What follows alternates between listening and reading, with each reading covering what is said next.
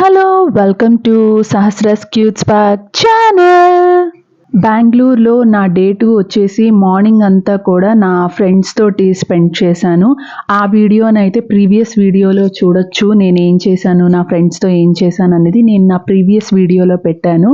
ఇంకా అందులో కూడా నేను చెప్పున్నాను నా డే 2 కంప్లీట్ అవ్వలేదు అని. ఆ రోజు ఈవినింగ్ వచ్చేసరికి అక్క వాళ్ళు రావడానికి ఉంది. సో వాళ్ళు వచ్చిన తర్వాత వాళ్ళతో ఎలా స్పెండ్ చేశాము, ఏమేం చేశాము అన్న దాని గురించి, నా డే 2 అసలు ఎలా కంప్లీట్ అయింది అన్న దాని గురించి ఈ వీడియోలో మనం చూద్దాము. ఓకేనా, మనం వీడియోలోకి వెళ్ళిపోదామా? ఇంకా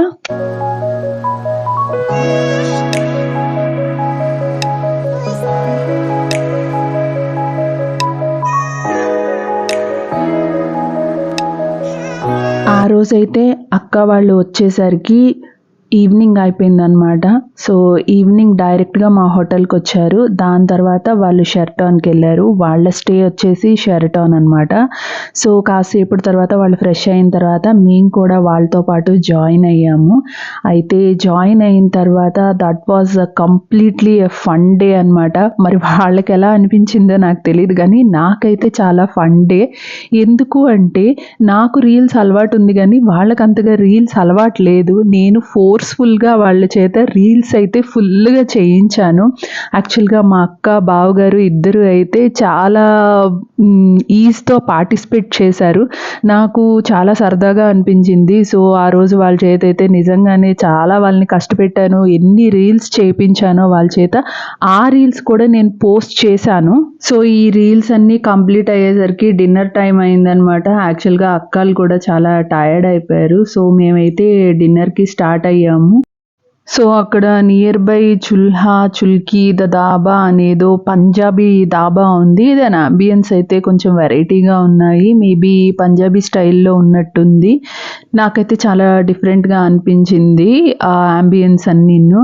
అండ్ అక్కడ కూర్చోడానికి కూడా, తినడానికి అన్నిటికీ డిఫరెంట్ సీటింగ్ ఉందన్నమాట.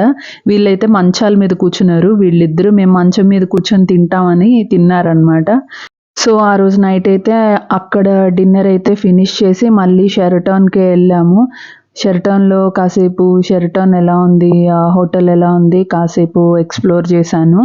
ఎక్స్ప్లోర్ చేస్తే అక్కడ క్రిస్మస్ థీమ్ కూడా పెట్టారు.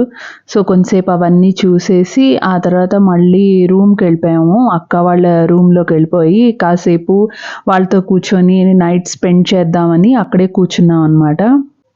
సో రూమ్కి వెళ్ళిన తర్వాత మేము చేసిన పని ఏంటంటే సీక్రెట్ శాంటా ఆడాం. మాలో మేమే, మా 6 మెంబర్స్ కూడా సీక్రెట్ శాంటా ఆడాం అనమాట.